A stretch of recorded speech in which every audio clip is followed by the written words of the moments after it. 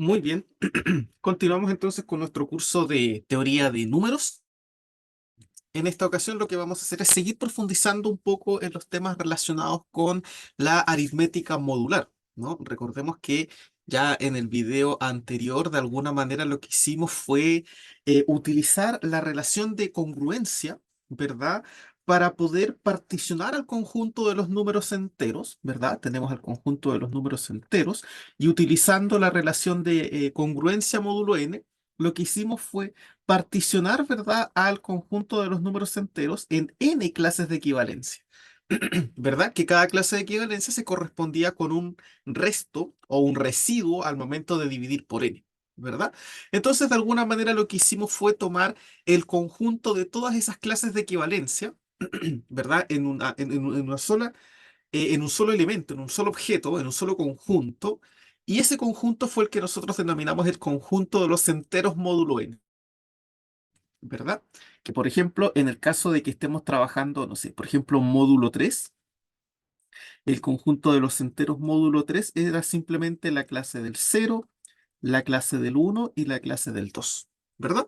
Porque vimos que en realidad todos los otros enteros pertenecen a alguno de estos conjuntos, ¿no? No nos olvidemos que estos elementos que están aquí no son números, no es el número cero, ni el uno, ni el 2, sino que son las clases de equivalencia del cero, del uno y del 2. ¿Ok? Bueno, ¿qué es lo que empezamos a ver con esto? Que se empieza a poner bastante interesante porque de alguna manera nosotros podemos dotar de una especie de estructura aritmética a este conjunto y de una estructura algebraica también, ¿no? Una cosa interesante es que podemos definir operaciones como la operación de suma. Voy a ponerle una n debajito para que sea como la suma módulo n y el producto módulo n, ¿verdad?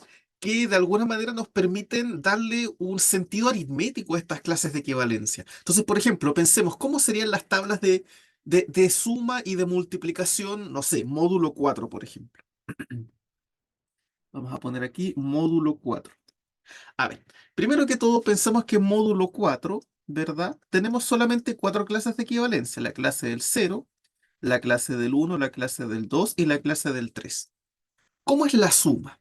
A ver, vamos a poner aquí la suma, ¿verdad? Vamos a poner aquí. Vamos a hacer como una especie de tabla de adición, ¿ok? Y vamos a sumar. Entonces tenemos aquí a la clase del cero, a la clase del uno, a la clase del 2 y a la clase del 3. Y aquí lo mismo. Cero, uno, 2, 3. Entonces vamos sumando. A ver, si yo sumo cero más cero, eso nos va a dar cero, ¿verdad? Recordemos que las clases la suma de las clases era simplemente sumar los representantes, ¿no? Aquí cero más uno nos va a generar el uno, cero más 2 nos genera el 2 y cero más 3 nos genera la clase del 3. Vamos viendo qué ocurre ahora con el uno. Uno más cero me da uno. Uno más uno nos da la clase del 2. Uno más 2 nos da la clase del 3. Y uno más 3 me da la clase del 4. Pero como estamos trabajando en módulo 4, yo sé que 4 es congruente a cero módulo 4. Por lo tanto, eh, 1 más 3, o sea, la clase del uno más la clase del 3 es igual a la clase del 4, pero la clase del 4 es igual a la clase del cero. Entonces, en realidad aquí uno más 3 me está dando cero, ¿se fijan? ¿Qué pasa ahora con el 2? Bueno, 2 más cero nos da 2. 2 más 1 nos da 3. 2 más 2 me da 4, pero otra vez la 4 es equivalente a cero, por lo tanto aquí obtenemos la clase del cero. Y 2 más 3 es 5, pero yo sé que 5 es congruente a uno módulo 4 y por lo tanto 2 más 3, que 5 es igual a uno, a la clase del uno. Por último, con 3, 3 más cero nos da 3. 3 más 1 me da 4, que es congruente a cero. 3 más 2 son 5, que es congruente a uno. Y 3 más 3 nos da 6, pero 6 es congruente a 2 módulo 4. Por lo tanto, 3 más 3 va a ser la clase del 2, ¿no? 3 más 3 es 2, vamos a decir de alguna manera, ¿no? En realidad, no se olviden, no estamos trabajando con números enteros propiamente tal, sino que estamos trabajando con clases de equivalencia. ¿Ok? Eso es lo que está ocurriendo, ¿verdad? O sea, lo que estaríamos haciendo realmente es, por ejemplo, cuando yo estoy sumando 2 más 2, lo que estoy diciendo de alguna manera es lo siguiente. Si yo sumo un número entero que al dividirlo por 4 me deja resto 2, con otro número entero que al dividirlo por 4 también me deja resto 2, esa suma me va a generar un número entero que al ser dividido por 4 me deja resto 0, ¿verdad? Esa es como la idea que hay detrás de la suma, ¿ok? Porque recuerden que de alguna manera estamos trabajando con los restos, ya no con los números propiamente tal. ¿Sí? Entonces aquí tendríamos lo que se conoce como una tabla de adición, ¿ok? Esta es la tabla de adición para los enteros módulo 4. Así como tenemos la tabla de adición, también podríamos, por ejemplo, generar la tabla de multiplicación, ¿verdad? Vamos a intentar generar la misma tabla de multiplicación, módulo 4. Entonces vamos a poner acá otra vez, 0, 1, 2, 3, 0, 1, 2 y 3. Bueno, la multiplicación es simplemente ir multiplicando representantes, entonces estamos de acuerdo que si yo multiplico cualquier número por 0 me da 0, ¿no? Así que aquí voy a obtener de alguna manera puras clases de equivalencia que van a ser la clase del 0, ¿no? Porque 0 por 0 es 0, 0 por 1 es 0, 0 por 2 es 0 y 0 por 3 es 0. La clase del 1, ¿verdad? Lo que va a ir haciendo es lo siguiente. A ver, 1 por 0 me da 0, 1 por 1 me da 1, 1 por 2 me da 2 y 1 por 3 me da 3. O sea, de alguna manera el 1, fíjense que se está comportando como un neutro, ¿verdad? Para la multiplicación. ¿Qué más tenemos? A ver, si multiplico por 2, 2 por 0 me da 0, 2 por 1 me da 2, 2 por 2 me da 4. Pero recuerden que 4 es congruente con 0 módulo 4, así que aquí obtenemos el 4. Y 2 por 3 me da 6, pero 6 es congruente con 2 módulo 4, así que aquí obtenemos el 2. ¿Ok? Por último, 3 por 0 nos da 0, 3 por 1 nos da 3, 3 por 2 es 6, pero el 6 es congruente con el 2, y 3 por 3 me da 9, pero 9 es congruente con 1 módulo 4, ¿verdad? Porque 9 menos 1 es 8 y el 4 divide al 8. Así que aquí obtenemos la clase del 1. ¿Se fijan? Y aquí tendríamos entonces ahora la tabla de multiplicación módulo 4. ¿Ok? Entonces uno puede ir jugando y haciendo cosas de ese estilo. Vimos también en el video anterior que de alguna manera la suma, particularmente estudiamos la suma, vimos que tenía una serie de propiedades, ¿verdad? Como la propiedad asociativa, había elemento neutro, que era la clase del cero, ¿verdad? Habían elementos inversos, ¿verdad? Y también vimos que había conmutatividad. Bueno, en realidad vimos que los enteros módulo n no eran los únicos conjuntos que cumplían esta propiedad, sino que habían hartos conjuntos que cumplían las mismas propiedades. Entonces, de ahí de alguna manera nace como la idea de empezar a estudiar conjuntos de manera abstracta, sin considerar el conjunto propiamente tal, sino que simplemente considerando sus propiedades. Y ahí es donde vimos lo que era el concepto de grupo.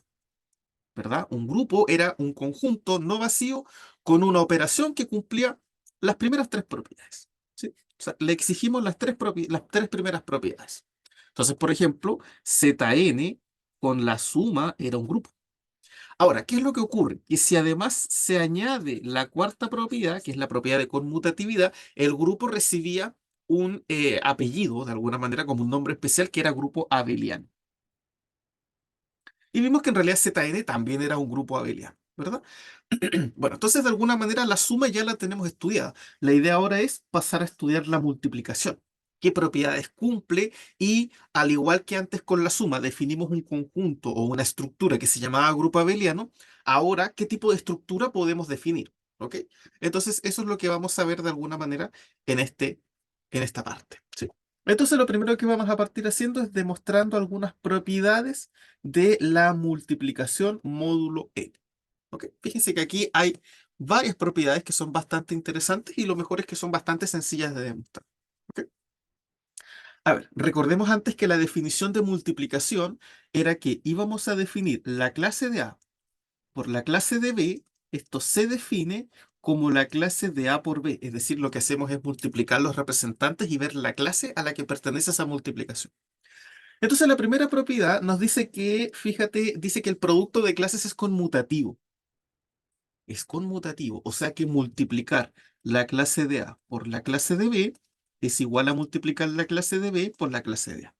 Y claro, esto se hereda perfectamente de los números enteros. ¿Por qué? Porque si yo multiplico la clase de A por la clase de B, por definición, esto es la clase de A por B. Pero A por B es un producto en números enteros y es conmutativo. Así que esto es lo mismo que la clase de B por A, y esto se puede separar como la clase de B por la clase de A. Así que efectivamente la multiplicación es conmutativa, ¿sí?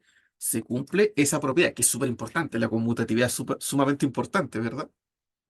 Uno siempre está acostumbrado a trabajar con estructuras conmutativas. De repente como que cuesta un poco cuando uno llega, por ejemplo, a estudiar álgebra lineal y se da cuenta que el producto de matrices no es conmutativo. Eso como que cuesta de repente un poquito asimilarlo, porque uno está tan acostumbrado a la conmutatividad que no asume algún objeto matemático donde no existe un producto conmutativo, y la verdad es que sí existen, ¿verdad? Aquí tenemos la suerte que es conmutativo, así que, podemos conmutar todo lo que queramos. La segunda propiedad que se hereda es la asociatividad, ¿sí? Es decir, si yo multiplico tres clases de equivalencia, ¿ok? Puedo multiplicar las primeras dos y eso multiplicarlo con la tercera, o podría multiplicar la segunda con la tercera y eso multiplicarla con la primera. Otra vez, esto se hereda simplemente de el producto de números enteros. Fíjense, la clase de A por la clase de B por la clase de C, esto va a ser, bueno, aquí la clase de A por la clase de B es la clase de A por B. Esto por la clase de C. Esto va a ser igual a la clase de A por B por C. Como aquí estamos trabajando con números enteros, podemos asociar. Entonces esto va a ser la clase de A por B por C. Y ahora empezamos a separar simplemente, ¿no? Porque esto va a ser la clase de A por la clase de B por C. Y esto va a ser la clase de A por la clase de B por la clase de C. ¿Se fijan? Así que también tenemos un producto conmutativo, o sea, asociativo, más bien dicho. Bien, ¿qué otra propiedad tenemos? La tercera propiedad que tenemos es una propiedad que de alguna manera viene a relacionar la multiplicación con la suma. Esa propiedad es la propiedad distributiva. ¿Ok? La propiedad distributiva es sumamente importante, ¿sí? Nosotros la utilizamos bastantes veces cuando queremos resolver ecuaciones o cosas por el estilo. Generalmente uno trabaja con los números reales, ¿verdad? Y en los números reales tenemos la distributividad. ¿M? Bueno, resulta que en ZN también tenemos la distributividad. Y de hecho esto se empieza a poner muy interesante porque fíjense que ZN está de alguna manera cumpliendo las mismas propiedades que los reales. Los reales tienen una suma y tienen un producto. La suma cumple ser asociativa, tiene elemento neutro que es el cero, tiene elementos inversos. Por ejemplo, para el 2 el inverso es el -2, es como siempre el del signo al revés, y es conmutativa. Bueno, resulta que la suma de los enteros módulo n también cumple esas cuatro propiedades, ya lo demostramos. ¿El producto de números reales es conmutativo? Sí. ¿Es asociativo? También. ¿Es distributivo? También. Y hay un elemento neutro que es el uno. Cualquier número que uno multiplique por uno te deja el mismo número. Bueno, resulta que los enteros módulo n también cumplen esa propiedad, es la 5. La vamos a demostrar un ratito más. Entonces, fíjate que en realidad los enteros módulo n es un conjunto tan bueno como los números reales. ¿Ok? O sea, no es un conjunto que sea distinto o que sea menor o no sé, uno de repente puede entenderlo así. No, no, no, no, no. Los enteros módulo n son un conjunto tan bueno como los números reales. En estricto rigor deberíamos poder desarrollar las mismas cosas que hacemos con los reales. Así que eso hace que esto se empiece a poner cada vez más interesante. ¿Ok? Vamos a demostrar la asociatividad del producto aquí en los enteros módulo n. Entonces, la asociatividad dice que si yo multiplico la clase de A por la clase de B más la clase de C, esto debería ser, ¿qué es lo que uno dice? Bueno, aquí el A multiplica al B y el A multiplica al C, ¿verdad? Entonces, esto debería ser la clase de A por la clase de B más la clase de A por la clase de C. Esto es lo que se llama o sea, distributividad a izquierda. ¿Ok? Distributividad a izquierda porque desde la izquierda empezamos a multiplicar. También tendríamos una distributividad derecha, ¿verdad? Que sería, por ejemplo, que aquí tengamos una clase y esa distributividad empieza a multiplicar hacia la izquierda. De hecho, también se cumple, es la siguiente propiedad. Vamos a probar esto, que en realidad es muy sencillo. Fíjense aquí, esto va a ser lo mismo que la clase de A por la clase de B más C, ¿verdad? Porque ¿cómo se definía la suma? La clase de A más la clase de B se definía como la clase de A más B, ¿o no? Entonces aquí estamos haciendo eso, estamos sumando el B más C. Como aquí tengo una multiplicación, esto va a ser igual a la clase de A por B más C. Como en los enteros se cumple la distributividad, aquí va a ser A por B más A por C. Y ahora esto se separa, me queda la clase de A por B más la clase de A por C, y ahora esto se vuelve a separar, me queda la clase de A por la clase de B más la clase de A por la clase de C. ¿Te fijas? Así que se cumple la distributividad a izquierda. También se cumple la distributividad a derecha, ¿sí? Es decir, si yo tengo una suma A más B por C, también se distribuye. O sea, esto también va a ser como que el C multiplica hacia la izquierda ahora. ¿Ok? Es decir, ahí va a ser la clase de A por la clase de C más la clase de B por la clase de C. Esa propiedad no la voy a demostrar porque es exactamente lo mismo que hicimos ahora. Así que esas se las dejo pendiente para que ustedes puedan ahí jugar un poco también con esto. ¿Sí? La última propiedad que se cumple es que el producto de, digamos, módulo n, por decirlo de alguna manera, tiene un elemento neutro, que es la clase del 1. Cualquier elemento que nosotros multipliquemos por la clase del 1 me deja la misma clase, ¿sí? Es decir, la clase de A por la clase del 1 es lo mismo que la clase de A. Y esto evidentemente se cumple porque la clase de A por la clase de 1 es la clase de A por 1 y A por 1 es simplemente A por las propiedades de los números enteros, ¿verdad? Así que fíjense que en realidad se cumplen todas estas propiedades y son bastante interesantes. Bueno, ¿qué es lo que ocurre? Que como les decía, fíjense que las propiedades que está cumpliendo de alguna manera el conjunto de los enteros módulo n son propiedades que no son únicas, no son exclusivas de los enteros módulo n. A ver, hagamos un recuento. ¿Qué propiedades son las que tenemos? A ver, ¿qué propiedades son las que hemos analizado? Bueno, para la suma, ¿verdad? Ya vimos las propiedades que teníamos, ¿verdad? Vimos que había asociatividad, había elemento neutro, había elemento inverso y había conmutatividad, ¿verdad? Y para el producto, fíjense que acabamos de demostrar que tenemos también, bueno, ahora para el producto, voy a poner aquí, para el producto tenemos bueno, conmutatividad, tenemos asociatividad, tenemos distributividad, y hay un elemento neutro, que es el 1, ¿verdad? Bueno, la clase del 1. A ver, el conjunto de los enteros módulo n cumple con estas condiciones, ¿verdad? Los enteros módulo n cumplen las propiedades de la suma y cumplen las propiedades del producto. Así que aquí yo puedo poner que los enteros módulo n cumplen las propiedades de la suma y cumplen las propiedades del producto. Fíjese que estamos considerando los enteros módulo n ahora con sus dos operaciones, con la suma y el producto. Ya, pero ahora mi pregunta será, ¿los enteros módulo n son los únicos que cumplen estas propiedades con las operaciones de suma y producto? No, como ya lo habíamos comentado, los reales también con la suma y el producto de los reales, que fíjense que no son las mismas sumas y productos, ¿no? Son sumas distintas, multiplicaciones distintas, ¿ya? Pero generalmente uno usa como los mismos símbolos, también cumple todas estas propiedades. La suma de reales es asociativa, hay elemento neutro que es el cero, hay elementos inversos, hay conmutatividad, y el producto es conmutativo, es asociativo, es distributivo y el uno es el neutro. Así que los reales cumplen las mismas propiedades a pesar de que las operaciones sean entre comillas distintas y los conjuntos sean completamente distintos, porque ya vimos que los enteros módulo n y los reales son conjuntos bastante distintos. Pero a pesar de todo eso, cumplen las mismas propiedades. Y de hecho, ni siquiera solamente eso. Pensemos que hay otros conjuntos que también cumplen estas propiedades. Por ejemplo, si seguimos con los conjuntos numéricos, los racionales con la suma y el producto también lo cumplen. La suma de racionales es asociativa, hay elemento neutro, que es el cero, hay elementos inversos, que son los negativos, por decirlo así, los que tienen el signo contrario, hay conmutatividad en la suma, y el producto también es conmutativo, es asociativo, hay distributividad y hay elemento neutro, que es el cero. También se cumplen las mismas propiedades. Los complejos, con la suma de complejos y la multiplicación de complejos. La suma es asociativa. Hay elemento neutro. El elemento neutro de la suma es el cero más cero i, ¿verdad? Cero más cero i. Hay elementos inversos, ¿verdad? Hay conmutatividad y el producto es conmutativo, asociativo, distributivo y neutro. El neutro de la multiplicación es el uno más cero i. Entonces, si ustedes se empiezan a dar cuenta, otra vez empieza a ocurrir esto de que de alguna manera hay muchos conjuntos que cumplen estas propiedades, los mismos enteros. los enteros con la suma y el producto también lo cumplen. La suma de enteros es asociativa y elemento neutro, inverso, conmutativo.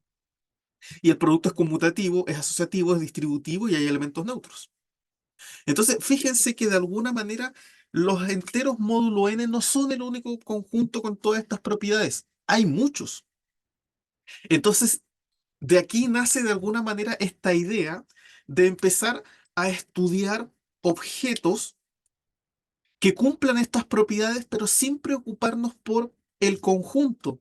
¿Te fijas? O sea, ahora lo que yo diría, bueno, como hay tantos conjuntos que cumplen estas propiedades, yo voy a decir, ¿sabes qué? Voy a definirme un objeto matemático donde yo voy a considerar un conjunto A, por ejemplo, cualquiera. Este conjunto va a ser cualquier conjunto, ¿ya?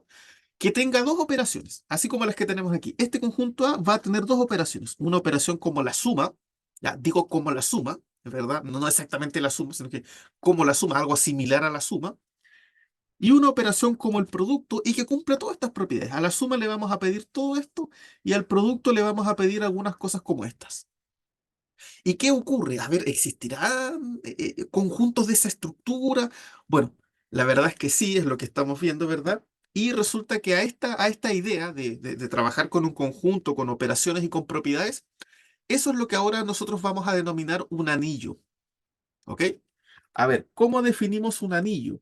Un anillo es simplemente un conjunto A no vacío, ¿verdad? Tiene que tener al menos un elemento para que así podamos operar, ¿verdad? Que va a tener dos operaciones. Fíjense que el anillo es distinto al grupo, porque el grupo tenía solamente una operación. El anillo va a tener dos operaciones binarias, una que es la suma y otra que es la que vamos a llamar producto. ¿Y qué propiedades van a cumplir? Le tenemos que exigir propiedades. Bueno, a la suma le vamos a exigir que cumpla cuatro propiedades. Que sea, la suma tiene que ser asociativa, tiene que haber un elemento neutro para la suma, tiene que haber elementos inversos y tiene que ser conmutativo. O sea, eso es lo que nosotros decíamos que tenía que ser un grupo abeliano, ¿no? Aquí la primera condición es que tiene que ser un grupo abeliano, es decir, que se tienen que cumplir estas cuatro propiedades. La suma tiene que ser asociativa, tiene que haber elemento neutro, tiene que haber elemento inverso y conmutatividad. Y al producto le vamos a pedir también algunas propiedades. Le vamos a pedir en particular dos propiedades, o tres en realidad, ¿no? Podríamos decir dos o tres, ¿no? La primera es que el producto tiene que ser asociativo. Asociativo. Y la segunda propiedad que se tiene que cumplir son las leyes de distributividad. ¿Ok? Y aquí la distributividad tiene que ser por los dos lados. ¿Ok? O sea, aquí la distributividad tiene que ser a derecha y a izquierda. ¿Sí? A derecha y a izquierda. Las dos. Aquí fíjense que aquí tenemos una distributividad y aquí está la otra. ¿Sí? Se tienen que cumplir las dos distributividades. Si yo tengo un conjunto con dos operaciones que satisfacen todas estas propiedades, a esa cosa nosotros le vamos a llamar un anillo. Ah, entonces como vimos recién, todos los conjuntos que acabamos de ver son anillos, ¿verdad? Por ejemplo, los enteros módulo n con la suma y el producto son un anillo, forman un anillo, ¿verdad? Porque ya vimos que se cumplen todas las propiedades para la suma y el producto en los enteros módulo n es asociativo y distributivo, así que es un anillo. Los reales con la suma y el producto también son un anillo, también se cumplen las mismas propiedades. Los complejos con la suma y el producto también son un anillo. ¿Se fijan? También son un anillo. Incluso hay otros conjuntos distintos a los numéricos que también son anillos. Por ejemplo, los polinomios. Si yo, por ejemplo, denoto R sub n de x como todos los polinomios con coeficientes reales y de grado mayor o igual a n, o sea, menor o igual a n, con la suma de polinomios y el producto de polinomios, resulta que también forman un anillo. Y hay muchos conjuntos que son anillos. Los enteros son un anillo. ¿Se fijan?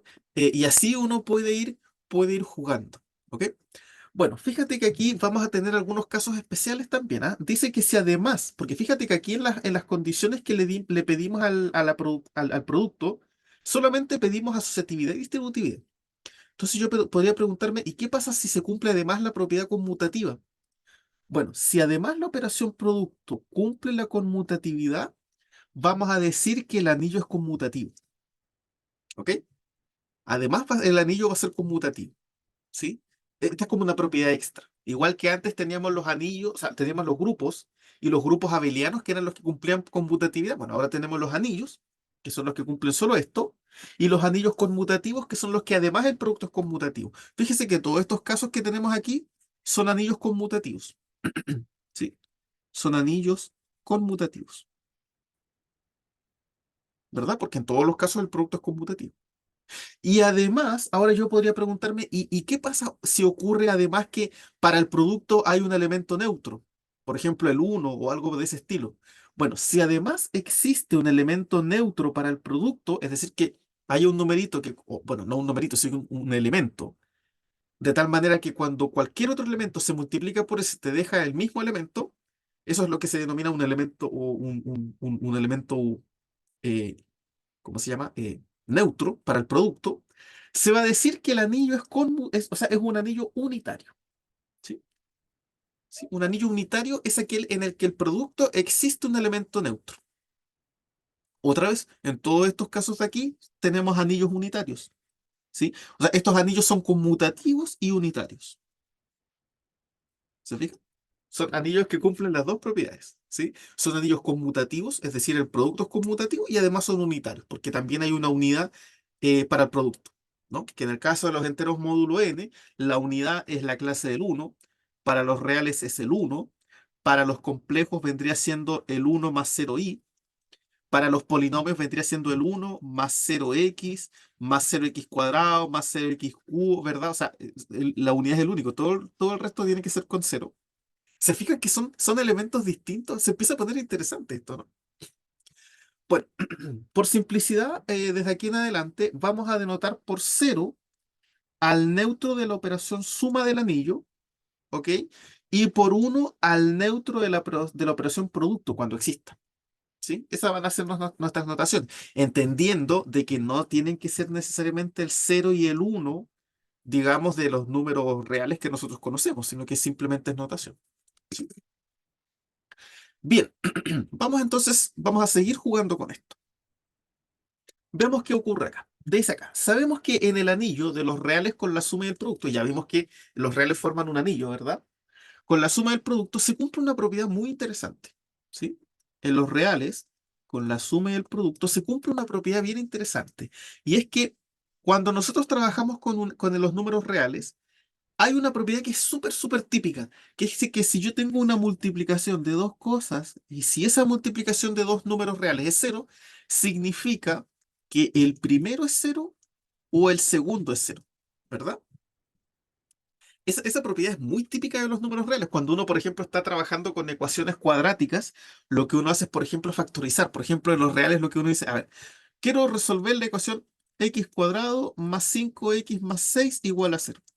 Entonces lo que uno hace es factorizar esto, ¿no? Uno dice, ya, a ver, dos numeritos que multiplicados me den 6 y sumados me den 5. Por ejemplo, el 3 y el 2. Entonces esto nosotros lo factorizamos como x más 3 por x más 2 igual a cero. Entonces aquí yo tengo un producto igual a cero. Entonces uno, ¿qué es lo que dice? Ah, a ver, si yo tengo una multiplicación igual a cero, significa que el primero es cero o el segundo es cero. Y ahí uno resuelve la ecuación cuadrática, ¿verdad?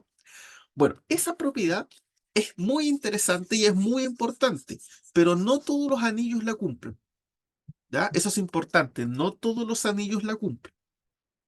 Por ejemplo, si nosotros trabajamos con los enteros módulo n, aquí en el anillo de los enteros módulo n, no siempre se cumple esta propiedad. Porque, por ejemplo, pensemos en los enteros módulo 6. Fíjense que si yo multiplico la clase del 2 por la clase del 3, esto me da la clase del 6, pero la clase del 6 es la clase del 0.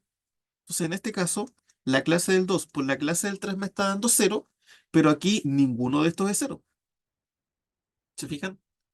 Ninguno de los dos es cero. O sea, no tiene por qué ser. Aquí yo puede ser que yo multiplique dos cosas que no sean cero y el resultado me dé que sea cero. ¿Se fijan? Entonces, hay anillos, como el anillo de los enteros módulo n, donde no se cumple esta propiedad. ¿Ok?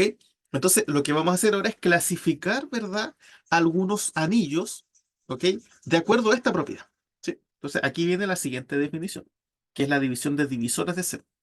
Decimos que un anillo va a tener divisores de cero, ¿ok? Va a tener divisores de cero Si existen elementos A y B distintos de cero, que cumplan que el producto es igual a cero. ¿Ok?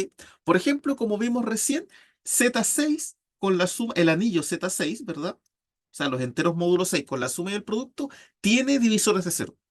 Este sí tiene divisores de cero, ¿verdad? ¿Por qué? Bueno, de la clase del cero en este caso, ¿no?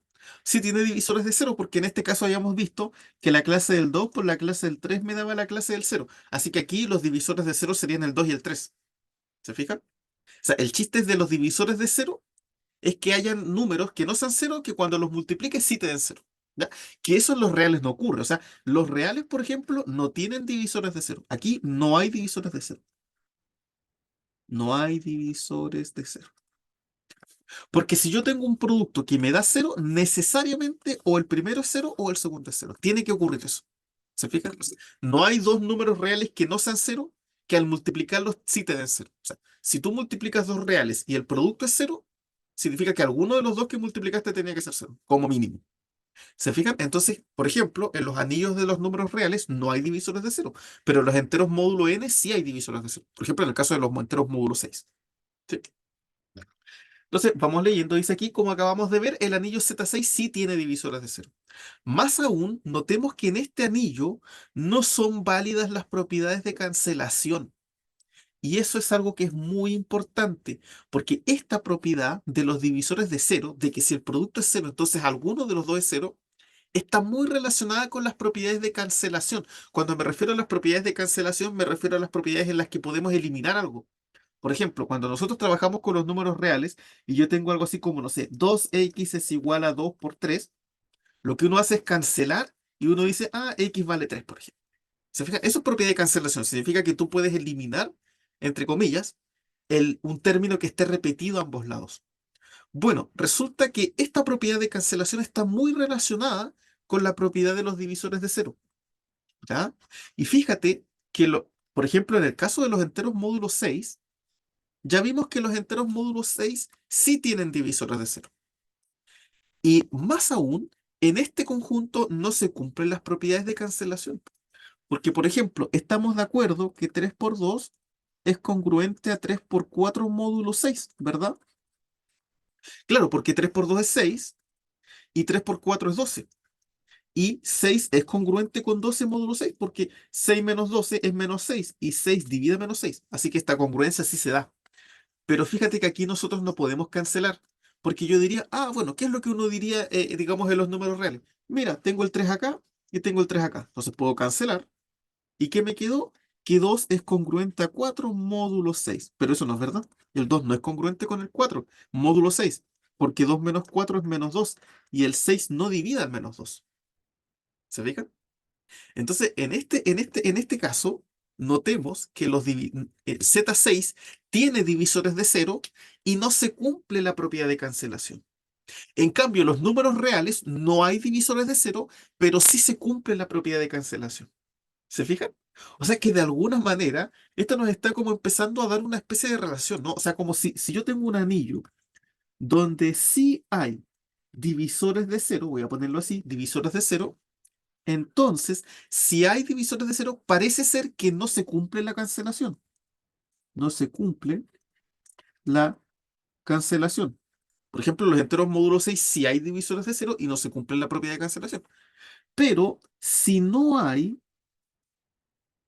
divisores de cero, como en los números reales, parece ser, así a simple vista, que sí se cumple la propiedad de cancelación. Sí se cumple la cancelación. ¿Se fijan? Bueno, resulta que esta propiedad, digamos, o esto que estamos viendo en este momento, no es algo que aparezca al azar, sino que es una consecuencia directa de una proposición, que es la proposición que nosotros vamos a estudiar en este momento. ¿Ok? Entonces vamos a hacer la demostración ahora. Vamos a denunciar la proposición y vamos a hacer la demostración. ¿Ok? Primero déjenme eliminar todo esto. Y la proposición es la siguiente. Dice aquí, un anillo A con la suma y el producto satisface las propiedades de cancelación para la multiplicación a derecha y a izquierda, es decir, las propiedades de cancelación que nosotros conocemos, ¿no? Por ejemplo, si A no sé, por ejemplo, por B es igual a A por C, podemos cancelar a izquierda y decir que B es igual a C. Esa se llama propiedad de cancelación a izquierda. Y la propiedad de cancelación derecha es algo así. A por B es igual a C por B. Entonces podemos cancelar a la derecha y nos quedamos con los elementos que están a la izquierda. ¿Se fijan? Bueno, resulta que en un anillo, voy a borrar esto, en un anillo se cumplen las propiedades de cancelación si y solamente si A no tiene divisores de cero. ¿Se fijan? Si solamente si A no tiene divisores de cero. ¿Ok? No tiene divisores de cero. Entonces, fíjense que este hecho de que hayan divisores de cero está completamente relacionado con la cancelación. O sea, si hay divisores de cero, entonces no se cumple la cancelación inmediatamente. Y si no hay divisores de cero, sí se va a cumplir la cancelación. Es una relación completamente directa. Por eso es que aquí en los enteros módulo 6, como vimos, sí habían divisores de cero. Entonces la propiedad de cancelación no siempre era válida. En cambio, por ejemplo, en los reales no hay divisores de cero. Por eso es que sí se cumple la cancelación. ¿Se fijan? Entonces, vamos a demostrar esto. Vamos a hacer la demostración. Vamos a hacer la demostración.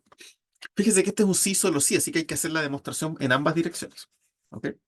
Entonces, vámonos primero con la dirección de izquierda a derecha. Es decir, supongamos que se cumplen las propiedades de cancelación a derecha y izquierda y demostremos que no hay divisores de cero. ¿Sí? Ya, entonces, supongamos que se cumplen las propiedades de cancelación a derecha y a izquierda.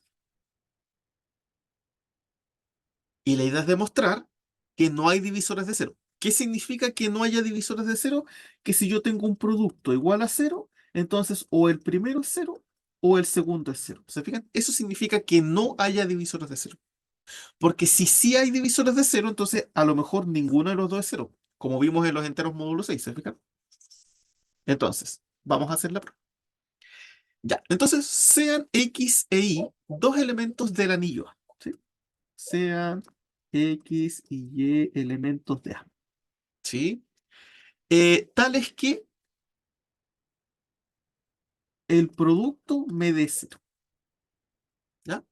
Entonces, supongamos que X no es cero, ¿sí? Supongamos que X es distinto de cero. Ya, a ver, entonces, ¿qué podríamos hacer? Bueno, si X por Y es cero, estamos de acuerdo que X por Y igual cero. Bueno, el cero, estamos de acuerdo que yo lo podía reescribir como X por cero, ¿verdad? Porque claro, cero y X por cero es lo mismo, ¿no? Cualquier elemento que yo multiplique por cero me sigue dando cero, así que esta es otra forma de alguna manera, como de escribirlo simplemente. Ah, y como estamos suponiendo que se cumple la propiedad de cancelación a izquierda, fíjate, yo podría cancelar ese X y ese X, porque estamos suponiendo que son distintos de cero. Si son distintos de cero, deberíamos poder cancelarlos. ¿Se fijan? Entonces yo podría cancelar esto, ¿y qué me quedó? Que Y tiene que ser igual a cero. Ah, entonces, qué es lo que estoy viendo aquí? Si yo tengo un producto igual a cero y X no es cero, necesariamente Y tiene que ser cero. ¿Y qué hubiese ocurrido si aquí en vez de suponer que X era distinto de cero, suponíamos que Y era distinto de cero? A ver, ¿cómo hubiese sido eso? Supongamos que Y es distinto de cero. Entonces aquí me va a quedar X por Y igual cero, pero el cero yo lo puedo escribir como cero por Y, porque es lo mismo. Otra vez, como suponemos que se cumple la cancelación derecha y Y es distinto de cero, podemos cancelar Y y me queda que X es cero. ¿Se fijan? Entonces, ¿qué es lo que estamos viendo aquí? Estamos viendo que si yo tengo que un producto es igual a cero, necesariamente o el primero es cero o el segundo es cero. O sea, tiene que cumplirse que uno de los dos es cero, necesariamente. No es posible que un producto de dos elementos igual a cero se genere por dos elementos distintos de cero. Uno de los dos tiene que ser cero. Por lo tanto, no hay divisores de cero. No hay divisores de cero. Porque los divisores de cero son elementos distintos del cero que al multiplicarlos me da cero. Pero aquí yo me doy cuenta que si un producto es cero, uno de los dos tiene que ser cero necesariamente. Así que no hay divisores de cero. ¿Se fijan? Ahí está demostrada la primera dirección. Vamos con la segunda. Ahora tenemos que suponer que no hay divisores de cero, ¿ya? Y demostrar que se cumplen las propiedades de cancelación, a izquierda y a derecha, ¿ya? Bien, entonces, supongamos que tenemos un anillo, ¿ok? Supongamos que tenemos un anillo A con una suma y un producto, ¿verdad? Que donde no hay divisores de cero, ¿sí? Aquí sin divisores de cero, ¿sí? ¿Qué significa que sea sin divisores de cero? Que si x por y me da cero, entonces el primero es cero o el segundo es cero. Eso es lo que significa, ¿ya? Y tomemos tres elementos del anillo, sean X, Y y Z elementos de A, ¿verdad? Donde X es distinto de cero, ¿sí? Y tomemos la expresión X por Y igual a X por Z. La idea es demostrar que yo puedo cancelar, ¿verdad? Esa es la idea, demostrar las propiedades de cancelación. La idea sería demostrar que puedo cancelar las X y que Y me quede igual a Z, ¿verdad? Esta es la cancelación izquierda. A ver. Entonces, supongamos que tenemos esa expresión. Estamos de acuerdo que yo este de aquí lo podría pasar restando, ¿no? Entonces me queda x por y menos x por z igual a cero. Y aquí, como se repite el x, yo podría factorizarlo. Entonces me queda x por y menos z es igual a cero. Como estamos trabajando en un anillo sin divisores de cero, significa que si yo tengo un producto igual a cero, o x es cero, o y menos z es cero. Pero al inicio supusimos que x no era cero. Por lo tanto, la única opción que nos queda es que y menos z tiene que ser cero, ¿sí? Y menos z tiene que ser igual a cero y por lo tanto el z puede pasar sumando y me queda que y es igual a z. O sea que efectivamente podemos cancelar.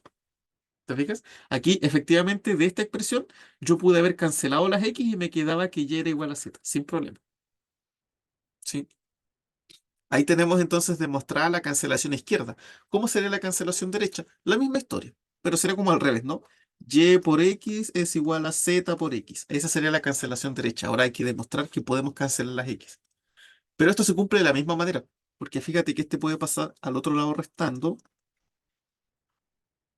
Aquí recuerden que tenemos la distributividad en un anillo en los dos lados, así que yo podría factorizar a derecha. Nos queda y menos z por x es igual a cero. Esto es un producto igual a cero. Entonces, o este es cero o este es cero, porque no hay divisores de cero. Y como x estamos suponiendo que es distinto de cero, necesariamente y menos z tiene que ser igual a cero. O sea, z puede pasar sumando y y me queda igual a cero. Así que efectivamente se cumplen las propiedades de cancelación. ¿Se fijan? Por lo tanto, esto prueba inmediatamente la relación que hay entre los divisores de cero y las propiedades de cancelación. Así que no es algo menor, o sea, no es algo menor, no es algo sencillo. ¿Sí? Es una propiedad bastante importante de los anillos. Bueno, vamos a avanzar y ahora vamos a tomar esto para dar una pequeña definición. Vamos a definir lo que entendemos por un dominio de integridad. Bueno, un dominio de integridad, fíjense lo que es. Es un anillo conmutativo, unitario, unitario y sin divisores de cero. Sin divisores de cero. Esto es lo que se va a llamar todo esto junto en un solo paquetito se llama dominio de integridad o dominio íntegro. ¿Sí? Es un anillo conmutativo. Conmutativo significaba que el producto era conmutativo. Unitario significaba que en el producto había un elemento neutro, ¿verdad? Por ejemplo, el uno. Y sin divisores de cero. Sin divisores de cero significa que si yo tengo un producto igual a cero, necesariamente uno de los dos es cero. A ver, ¿quiénes serían dominios de integridad con esta definición? Por ejemplo, los números reales. Los números reales con la suma y el producto son un dominio de integridad. ¿Por qué? Porque son un anillo, ¿correcto? Son un anillo. ¿Es conmutativo el producto? Sí. ¿Es unitario? Sí. El uno es el elemento neutro y no hay divisores de cero. Así que efectivamente los reales son un dominio de integridad. ¿Se fijan? Son un dominio de integridad. También los números racionales con la suma y el producto también. también son un dominio de integridad. Los números complejos también son un dominio de integridad. ¿Se fijan? Los números complejos. Los números enteros. Los números enteros también son un dominio de integridad. También son un anillo, ¿verdad? Es conmutativo el producto, es unitario, existe el uno y no hay divisores de cero, ¿verdad? No hay divisores de cero. Ahora, la pregunta es, ¿y qué ocurre con ZN, que es como el conjunto que nos interesa? Este parece ser que no siempre es un dominio de integridad, ¿verdad? Porque vimos, por ejemplo, en el caso de Z6, no había, o sea, habían divisores de cero, así que ZN no siempre es un dominio de integridad, no siempre. Y digo no siempre porque van a haber algunos casos donde sí y van a haber algunos casos donde no, ¿sí? Van a haber algunos casos donde sí y algunos donde no. Bueno, con toda la información que hemos visto hasta el momento, estamos listos para dar la definición de lo que va a ser un cuerpo, que la definición de cuerpo ya es como lo más genial de alguna manera a lo que nosotros vamos a optar, ¿sí? ¿Qué es un cuerpo? Un cuerpo, de alguna manera, los cuerpos son como los conjuntos más geniales que hay, entre comillas, ¿no? O sea, cada conjunto obviamente tiene sus cosas interesantes, pero los cuerpos son aquellos conjuntos que cumplen propiedades que son muy, muy buenas y donde nosotros podemos hacer muchas cosas finalmente, ¿sí? Eso es lo que vamos a entender como un cuerpo. A ver, ¿cuál es la definición de cuerpo? Un cuerpo es un anillo. Es decir, cuando estamos trabajando con un cuerpo vamos a tener un conjunto con dos operaciones. Es un anillo, es decir, la suma cumple las cuatro propiedades que ya vimos. Es asociativa, hay elemento neutro, hay elemento inverso y conmutatividad. Y el producto es asociativo y cumple las dos reglas de distributividad. Además, tiene que ser conmutativo, es decir, al producto le vamos a exigir que sea conmutativo. Es unitario, es decir, el producto tiene que tener su elemento neutro. Y fíjense la propiedad interesante. Dice acá, en el cual todo elemento distinto de cero tiene inverso para la operación producto, ¿sí? Y además en un cuerpo, además de que sea un anillo conmutativo unitario, le vamos a pedir que existan inversos para cualquier elemento distinto de cero, ¿sí? Para cualquier elemento distinto de cero existe inverso multiplicativo. ¿Ok? Multiplicativo. Ojo, tiene que existir elemento neutro, o sea, elemento inverso multiplicativo. Porque elemento inverso para la suma, ya en los anillos siempre hay, pero no siempre hay elementos inversos para el producto. Entonces, en el cuerpo vamos a exigir que para cualquier elemento que no sea el cero, y digo que no sea el cero porque el cero no tiene elemento inverso, por eso uno siempre lo saca, ¿verdad? Pero para cualquier otro elemento que no sea el cero, tiene que existir un elemento inverso multiplicativo. Eso es lo que nosotros vamos a entender por un cuerpo, ¿sí? A ver, ¿quiénes cumplen estas propiedades? ¿Los números reales forman un cuerpo? A ver, ¿los reales son un anillo? Sí. ¿Conmutativo y unitario? Sí, el producto es conmutativo y hay, digamos, hay un elemento neutro para el producto, que es el uno. Ahora, para cualquier elemento distinto del cero, ¿existe inverso multiplicativo en los reales? Sí, sí se cumple, ¿verdad? Por ejemplo, ¿cuál es el inverso multiplicativo del 2? El 1 medio, y es un número real. Para el raíz de 2, ¿cuál sería? 1 partido en raíz de 2. ¿Cuál sería el inverso multiplicativo para el uno? El mismo uno, que sería como uno partido en uno, pero es el mismo. ¿Cuál sería el inverso en general? ¿Cuál sería el inverso multiplicativo de A? A distinto de cero sería uno partido en A. Eso es el inverso multiplicativo. Porque claro, si tú multiplicas A por uno partido en A, se cancelan y esto te da uno. ¿Se fijan? Entonces los reales cumplen esto, por lo tanto los reales son un cuerpo.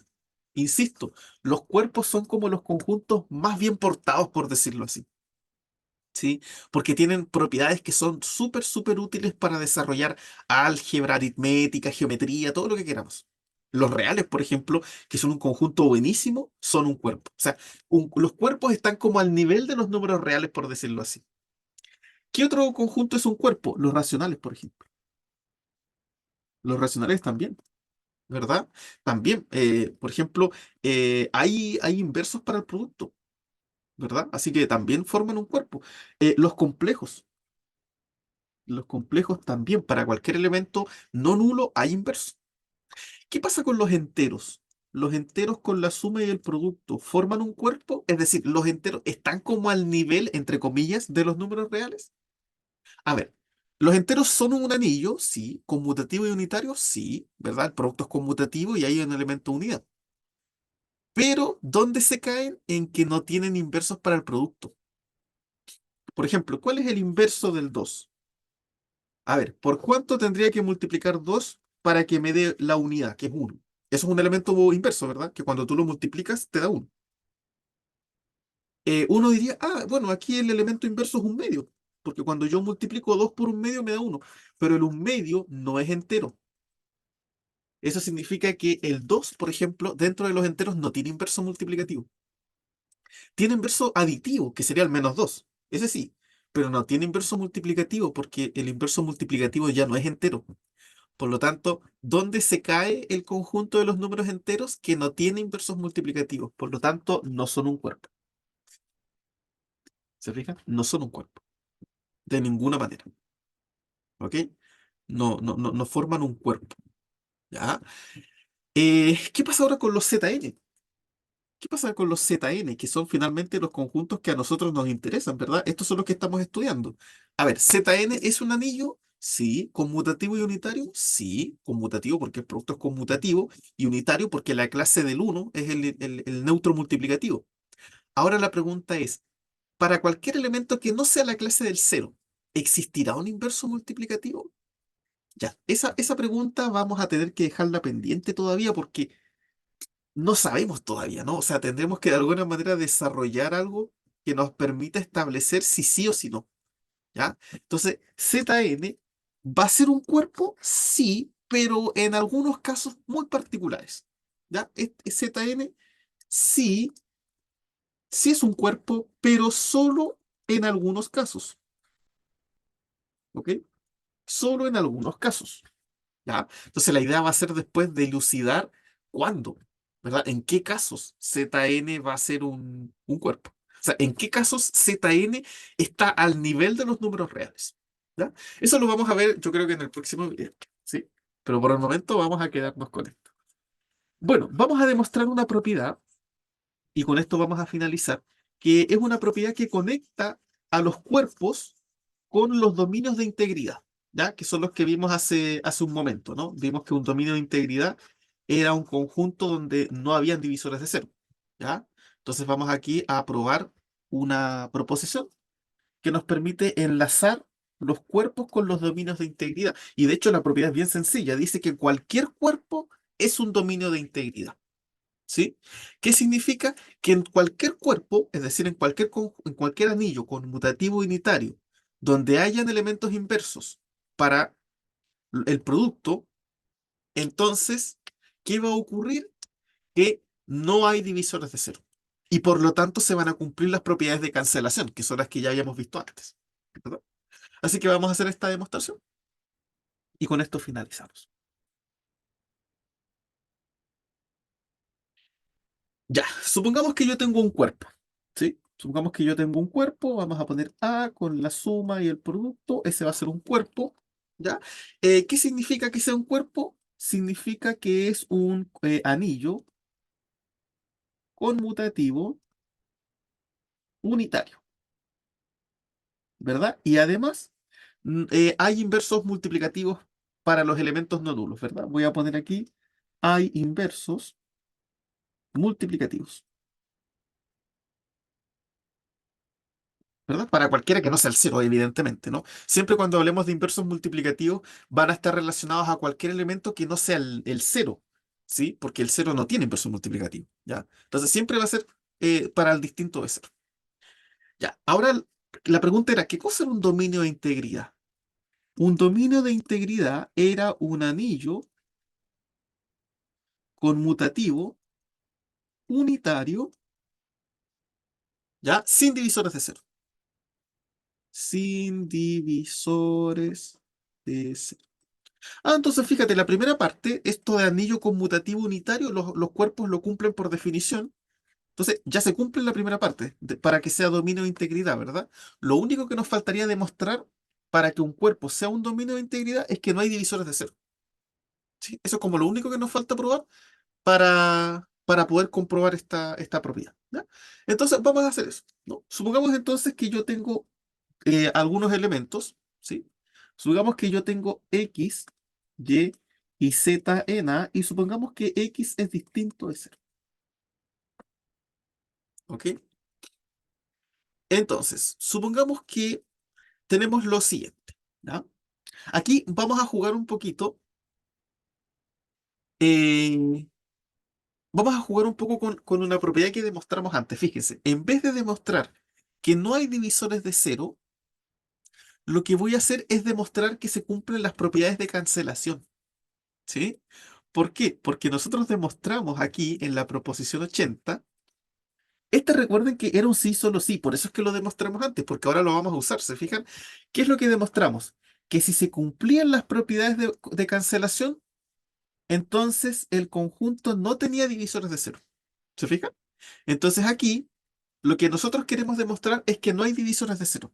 Para eso, lo primero que vamos a demostrar es que se cumplen las propiedades de cancelación. Si se cumplen las propiedades de cancelación, por la proposición 80, no van a haber divisores de cero y por lo tanto el cuerpo va a ser un dominio de integridad. ¿Se fijan? Ese es como el juego.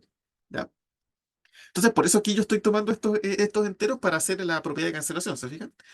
Entonces, supongamos que tenemos tres elementos dentro del cuerpo donde X es distinto de cero y supongamos que X por Y es igual a X por Z. ¿Ya? Tengo que demostrar que de alguna manera yo puedo cancelar X y que Y es igual a Z. Esa es como la idea. ¿Ok? Entonces, fíjense qué es lo que vamos a hacer. Como yo estoy suponiendo que X no es cero, entonces, como yo estoy trabajando dentro de un cuerpo, tiene que haber un elemento inverso, ¿verdad? Porque dijimos que en los cuerpos hay elementos inversos para cualquier elemento que no sea el cero. Como X es distinto de cero, tiene que existir un elemento inverso. Supongamos que el elemento inverso de X es, no sé, X a la menos uno, por ejemplo. Vamos a denotarlo así. Entonces, si tenemos esta expresión de aquí, voy a multiplicar ambos lados por X a la menos uno. X a la menos uno a la izquierda, X por Y, igual a X a la menos uno por X por Z. Como un cuerpo es un anillo, cumple la asociatividad para el producto, así que aquí yo podría asociar. Esto me va a quedar X a la menos uno por X por Y es igual a X a la menos uno por X por Z. El chiste de tener un inverso multiplicativo es que cuando yo los multiplico me genera la unidad. Entonces aquí X a la menos uno por X me da uno por Y. Y aquí me da uno por Z. Como el conjunto, como los cuerpos son anillos unitarios, el uno es la unidad. Significa que cualquier elemento que multiplico por el uno me genera el mismo. Así que uno por Y es Y igual y uno por Z es Z. Eso significa que, ¿qué fue lo que pudimos hacer? Fíjate, pudimos cancelar a izquierda. O sea que se cumple en todos los cuerpos, se cumple la cancelación izquierda. Bueno, resulta que también se cumple la cancelación derecha, ¿sí? Se cumplen las cancelaciones por los dos lados. Aquí sería exactamente la misma prueba que hicimos recién, pero a la derecha. Es literalmente lo mismo, pero hacia la derecha. Entonces, en todo cuerpo, no voy a hacer la otra porque es exactamente lo mismo que hicimos recién, ¿ya? Entonces, ¿qué es lo que ocurre? Que en todo cuerpo las leyes de cancelación a izquierda y a derecha son válidas. Eso me indica, si yo vengo aquí a la proposición 80, dice, si en un anillo se satisfacen las propiedades de cancelación para la multiplicación a izquierda y a derecha, entonces el conjunto no tiene divisores de cero. Eso significa que como en el cuerpo se cumplen las leyes de cancelación, en el cuerpo no hay divisores de cero. Entonces aquí se cumple la segunda. ¿Te fijas? Esto se cumple por la proposición 80, que fue la que demostramos antes. Y por lo tanto, ¿qué ocurre? Que todo cuerpo efectivamente es un dominio de integridad. ¿Ok? Efectivamente, en todo cuerpo, o sea, cualquier cuerpo es un dominio de integridad. ¿Sí? Es decir, cualquier cuerpo no tiene divisores de cero y se cumplen las leyes de cancelación. Eso es lo que significa que sea un dominio de integridad. ¿Ok? Entonces, fíjense, insisto, es que los números reales, los complejos, cumplen unas propiedades que son súper buenas. Por eso es que los cuerpos son como los conjuntos o las estructuras más geniales de alguna manera, ¿sí? Entre comillas, obviamente hay otras estructuras y cada estructura tiene sus propiedades, pero los reales son una estructura muy interesante, ¿sí? Y la estructura que viene de los reales son los cuerpos, ¿sí? Entonces, estas son algunas propiedades básicas, ¿sí? Nosotros no vamos a profundizar tanto en el estudio de los anillos, de los cuerpos, porque para eso hay cursos. Hay cursos de teoría de cuerpos, de teoría de anillos, ¿ok? Nosotros estamos estudiando teoría de números, o sea, estamos estudiando lo justo y necesario para lo que nosotros necesitamos simplemente, ¿sí? Pero la verdad es que uno podría seguir estudiando y esto se pone muy, muy interesante, ¿sí? Pero esto es solo una pequeña pincelada, ¿ok? Muy bien, con eso entonces vamos finalizando este video. Fíjense que aquí estuvimos viendo bastante lo que era un anillo, lo que era un cuerpo. La idea ahora en el próximo video va a ser tratar de enlazar un poco esto con los enteros módulo n, que finalmente son los enteros que estamos estudiando, ¿verdad? No nos olvidemos que nuestro centro de atención son los enteros módulo n. Entonces, la idea en el próximo video va a ser tratar de enlazar un poco lo que hemos visto ahora con los enteros módulo n. ¿Sí? Así que con eso entonces vamos finalizando este video. Cualquier duda, pregunta o consulta me la dejan en los comentarios y nos veríamos ya en la próxima clase. Que estén todos ustedes muy bien.